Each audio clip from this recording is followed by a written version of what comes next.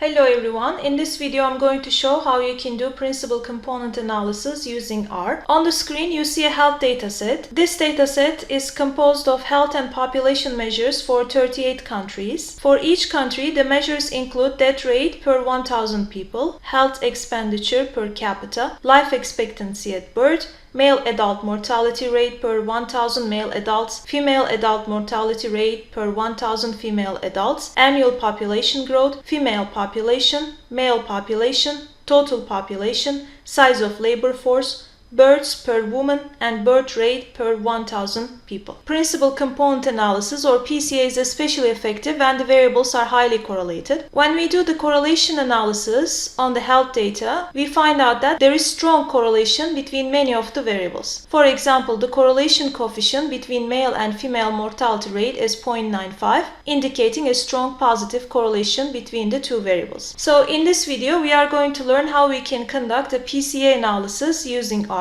First, we are going to set our directory, and then next we are going to import the health data into a data frame and label it my data.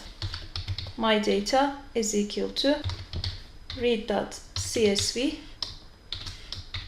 and then health.csv. And then Control Enter. Now we have 38 observations of 13 variables. We can display a few observations into my data data frame to inspect the data using the head function. So here we can type head in the parentheses my data and then Control Enter.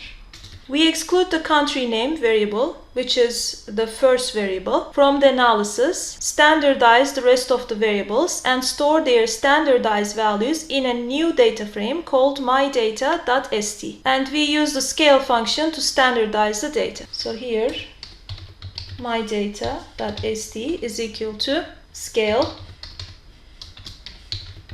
my data. We are going to include all rows -1 except the first column and then Control Enter. We use the prcomp function to perform PCA and use the summary function to display the PCA results. So we type here PCA is equal to prcomp and mydata.st and then Control Enter. And then we use the summary to get the result.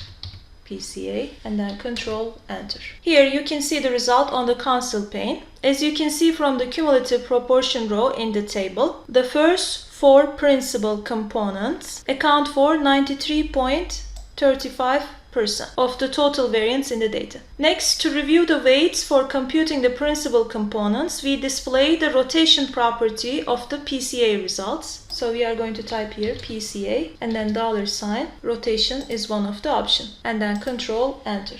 So you can see on the console pane all the weights for PC1, PC2, PC3 and PC12. To review the principal component scores, we display the X property of the PCA results. So we type here PCA $, and this time X and Control Enter. So you can see the principal scores for all the principal components listed on the console pane. In order to list countries along with the principal component scores, we first use the data.frame statement to combine the mydata data frame with the principal component scores. We then remove columns 2 to 13, which contain the original variables in the mydata data frame, and then we are going to display a few observations in the data frame using the head function. So here, first we are going to create a new data, and that's equal to data.frame in the parentheses my data and then PCA X and Control Enter. And next we are going to get rid of the columns from 2 to 13. So new data. All the rows is going to stay, but 2 from 13 are going to be removed. So there should be a negative sign. Control Enter. And we can visualize now head new data. So you can see the few observations from the new data set, the countries and their relative principal scores. So PCA allows us to significantly reduce the dimensions of the data by replacing a large number of original variables with a few uncorrelated principal components that retain a very large portion of the information in the data. However, these advantages come at a price, as principal components are simply the weighted linear combinations of the original variables. They are abstract and cannot be easily interpreted. In addition, PCA only works with numerical data. So this is how you conduct a principal component analysis using R. Thank you for watching this video.